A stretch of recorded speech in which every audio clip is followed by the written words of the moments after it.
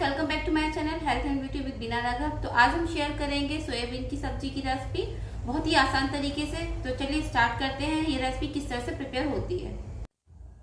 तो सोयाबीन बनाने के लिए मैंने एक कढ़ाई में प्याज और हरी मिर्च डालकर उन्हें थोड़ा सा भूनने के लिए रख दिया है।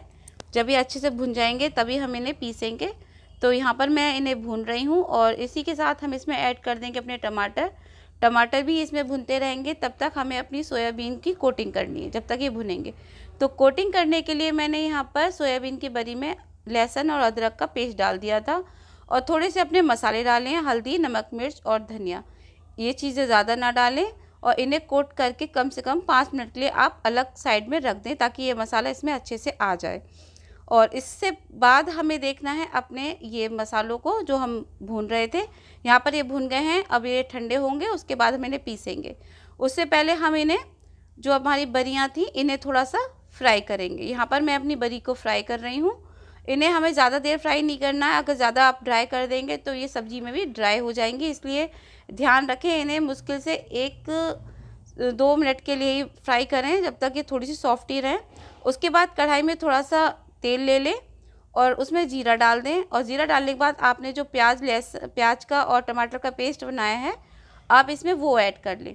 तो यहाँ पर मैंने अपना पेस्ट ऐड कर दिया है और इसे हमें जब तक भूनना है जब तक ये अच्छे से तेल ना छोड़ दे। यहाँ पर मैंने डाल दिया है अदरक और लहसुन का पेस्ट, ये रेडीमेड पेस्ट है, वो भी मैंने इसमें ऐड कर दिया है। और अब हम इन्हें कम से कम 5 मिनट तक अच्छे से भूनेंगे ताकि ये सारे मसाले अच्छे से भुन जाएं। यहाँ पर ये जब तक तेल नहीं छोड़ेंगे तब तक हम इसमें अपने मसाले ऐड नहीं करेंगे। इस पेस्ट को हमें 5 मिनट तक भूनना पड़ेगा। तो यहाँ पर देखिए ये लगभग 5 मिनट हो गए थे और इसमें अब हम अपने ऐड करेंगे मसाले।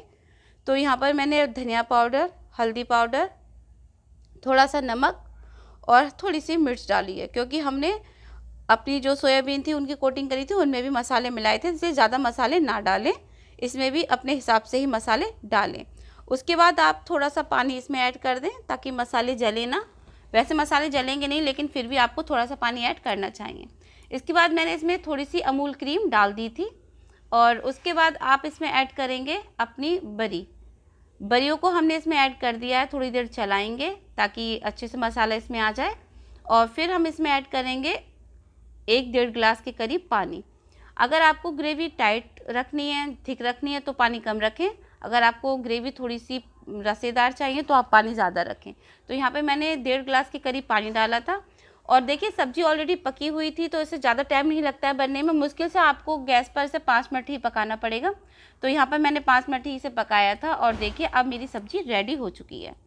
तो आई होप आपको रेसिपी बहुत पसंद आई होगी। इसी के साथ आपसे रिक्वेस्ट करूँगी चैनल को सब्सक्राइब कर दें और वीडियो को लाइक कर दें। Thanks for watching.